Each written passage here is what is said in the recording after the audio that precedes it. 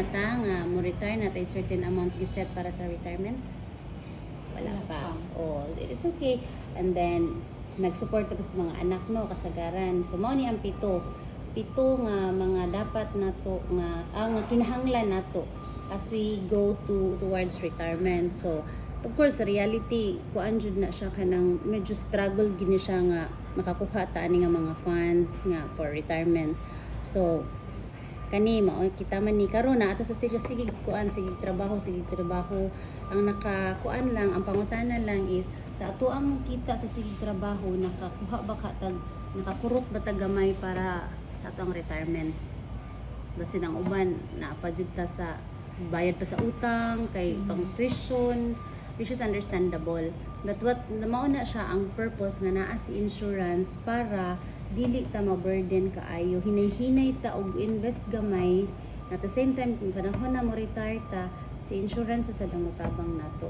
Dili ta bulto kay kung karon let's just say example ako ang age 42 ko towards retirement na nalang ko 18 years. So na siya certain computation. Kung ako siya i-compute more or less sa 18 years na ko akong retirement dapat na anak ko'y sa base ako mga expenses kada adlaw kay duha akong anak ang tuition na sila sa San Carlos duha so ang tuition di sa nang dako pod and then dili ra ba na tuition no allowance libro and all so monthly expenses ana i-times na nimog 12 mao na dapat imuhang pundo kada tuig para sa imong retirement. So let's just say kinahanglan ko 10 million. At 60 years old na ko dapat na ako'y 10 million para towards 80 years old okay ko na ako'y pang kuan sa kong mga maintenance kung simba ko masakit na anak. O tanon ko ninyo ma'am na kay 10 million wa pa jud down. Wa jud kay 10 million on hand. But when you say na kay insurance ma'am kung simba ko mawala ka na ay 10 million imong pamilya yes na ako na. Pero wala ko gabayad og dako nga amount para na ako'y 10 million. Kurot lang siya sa akong income pero gihinay-hinay na nako siya save pila ka tuig para sa akong mga anak kung mawala ko sa bakoy. Yeah, bota kahibaw baya sa panahon. So mao ni siya nga atong gi-try og protect. So let's just say 2023 to 2033 so 10 million that's the ang atong gi-try og protect is ang in between. Kani naghinay-hinay na ta og invest, naghinay-hinay ta og protect anang in between nga makuha na nato. Pero ang pangutana what if tungod sa inflation which is mao na ni nahitabo ron perti na yung mahala perting saka sa inflation current inflation ron is 6%. Aside ana drop kayo ang market tungod sa pandemic na bag-o lang na hinay-hinay na sa recover kani and of course the panang mga war mga kagugot sa politika uncertainties mao gid ni siya maka-affect tanan mo nang kasagaran mahal na tanan. And at the same money worse, what if masakit ko? What if madisgrasya ko? What if mamatay ko? Ako mga anak, simba ko, makatiwas pa kag eskwela. So, manay pangutana, wala man ko gianak nga dato nga na ako'y mamatay ko, okay ra naman ako magpapa didto na man may daghang yuta mabaligya, wala man. So, mauni siya ang beauty sa insurance nga most of the Filipinos dili nila ma-appreciate kay puro ra nila na expenses puro bayranan. So, ang point dira is mangita tag protection, solution, and security. Mga mong sweldo gamay ra kaayo ma'am uy unya. Di kulang pa manggani sa kuan, kulang pa manggani sa mga expenses o given na gyud na siya.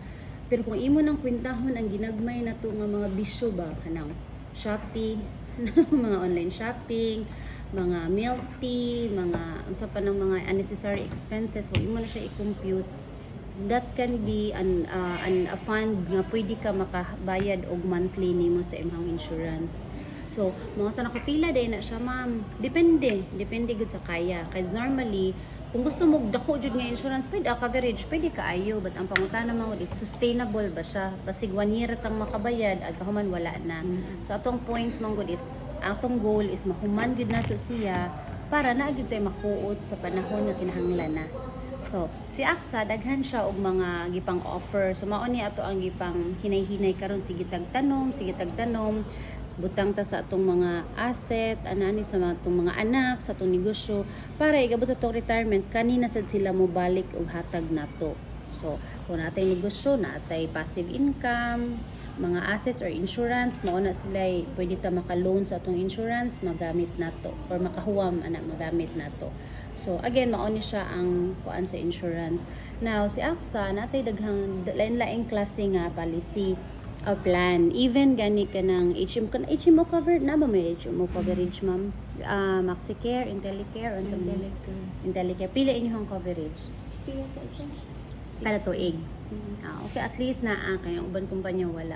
But again, mo to si AXA na asa lain nga plan na asad mi ngun ana HMO like nga plan nga magamit in case of ma-hospital, ipakita ra ang card, gives you even up to 175 million coverage. So, para nato kadako mahal siguro kay na medyo pricey, but kung imong huna-huna o depende man gud sa age, ang sa coverage lang niya naari gyud siya sa mga 0.001% imong bayaran against sa iyang coverage. Gamay ra gyud kaayo. Then ma'am, gusto ko ka ng retirement or savings na asad ta. Naatay pa wala man jud siya insurance no nga one anang fits all. Pero naatay insurance na in case mawala ta makahatag na tog life insurance mabilin sa pamilya, kung critically ill ta, naatay makuot or naay mahatag. At the same time na savings component. So kung kana imisigi kag bayad, naasay nagpatak po dito ang interest sa imong kwarta, which is amount nga pwede nimo magamit ma'am. Pwede ko mo kuha og 50,000 kay kinahanglan sa akong apo kay mo graduate or unsa, naatay mabalikan. No need ka mo bayad niya. Ang mahitabo lang is whatever ang nahibilin mo na lang sa tuig mag-accumulate og interest. So pila sad siya ma'am, again depende sa age, but we can have as low as 1,500 a month. Hingin siya for 7 years lang. So at least ba kanang just to give you lang gani an urgency or importance sa iyo sang self. Okay man gyud na pamilya unahon gyud na nato no, pero kung panahon man gud nga okay na sila, ang question is dili ta ka guarantee kung sa panon bata sa pupuhon bata kita na mag-need.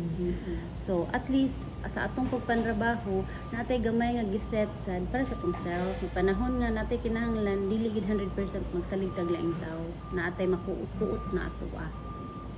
So mao na siya ang beauty sa insurance. Mao lang na ako ang ihatag ninyo nga kuan nga overview o unsa jud ka importante ang naay insurance. So at your age wala pa man tay gipang answer no, gipang bati, mga maintenance nana pa ata pa man. So dako pa jud ang chance na insurable pa gyud ta. Kay dili baya tanang panahon sa insurance mo accept og applicant or mo approve. Kay usahay or most of the time kung nanatay mga maintenance, especially take note ninyo diabetic, dako gina siya og dako siya chance na ma-decline. Kay diabetic kung good once diabetic na ka, labi na tag-as na jud kaayo, mo na siya ma-complicate sa mga organs dayon. So diabetic is one of the driver nga or one of the reason nga ma-decline gid ang insurance. So mao gina inyong bantayan sad. Although of course na daghang sakit-sakit no, pero common gyud na once diabetic na gani ka, kuyawan na jud ka ma-decline na naka insurance company. So I hope as early as now maka-decide mo ma'am kung kinahanglan mo or kung gusto mo magpa-quote. Naara si Ma'am Marie Caro, si Sir Troy, under man sila sa AXA. So maka-quote ra na sila o kuan, maka-discuss po sila in details, or pwede ra jud ko mobalik kung na may proposal tagsa-tagsaon na tag-explain para makasabot mo sa kuan sa unsa inyong gikuha. And at the same time kung na may clarification ma-address po. So karon na may question, clarification, kuan. Question ma'am. Okay, question.